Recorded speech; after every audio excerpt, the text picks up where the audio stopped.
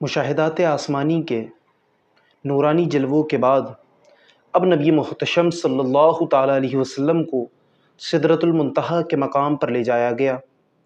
یہ وہ مقام ہے جہاں آ کر فرشتے، جہاں آ کر ملائکہ رک جاتے ہیں، یہاں آ کر فرشتوں، ملائک، رسل، انبیاء کی پرواز کو ختم کر دیا جاتا ہے، روک دیا جاتا ہے۔ یعنی یہاں سے آگے اب کوئی بڑھ نہیں سکتا، یہاں سے آگے کوئی اپنے قدم کو نہیں بڑھا سکتا۔ یہاں آ کر در منصور اور دیگر کتب میں ایک روایت مذکور ہے، وہ یہ کہ جب یہاں نبی مکرم صلی اللہ تعالیٰ علیہ وسلم کو سدرۃ المنتہا کے مقام پر لے جانے کا ارادہ کیا تو فرشتوں نے اللہ تبارک و تعالیٰ سے دعا کی کہ یا رب کریم، ہم جو نبی محتشم صلی اللہ تعالیٰ علیہ وسلم سدرۃ المنتہا پر تشریف لا رہے ہیں، ہم نے کبھی ان کو دیکھا نہیں، چنانچہ ہم نے صرف خدا کی حکم کی تکمیل کے لیے، خدا تعالیٰ کے حکم کی تکمیل کے لیے ان پر درود و سلام پڑھا۔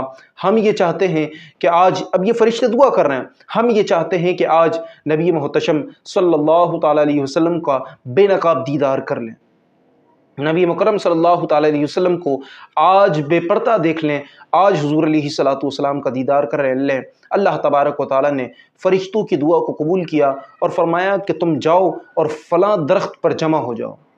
اور فرشتے امٹ کر آنے لگے، ہجوم در ہجوم، اتنے فرشتے جمع ہوئے کہ جو درخت تھا اس کو فرشتوں کے نور کے سائے نے ڈھک لیا۔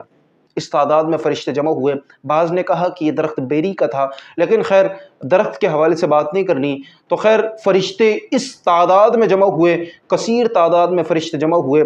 اب حضور کا سدرۃ المنتہا پر آنے کا وقت ہوا تو فرشتوں نے اللہ تبارک و تعالیٰ سے حضور علیہ الصلوۃ والسلام کے دیدار کا اظہار کیا کہ ہم دیدار کرنا چاہتے ہیں۔ اللہ تبارک و تعالیٰ نے اس دیدار کی اجازت دی کہ ہاں تم نبی محتشم صلی اللہ تعالیٰ علیہ وسلم کا دیدار کر سکتے ہو۔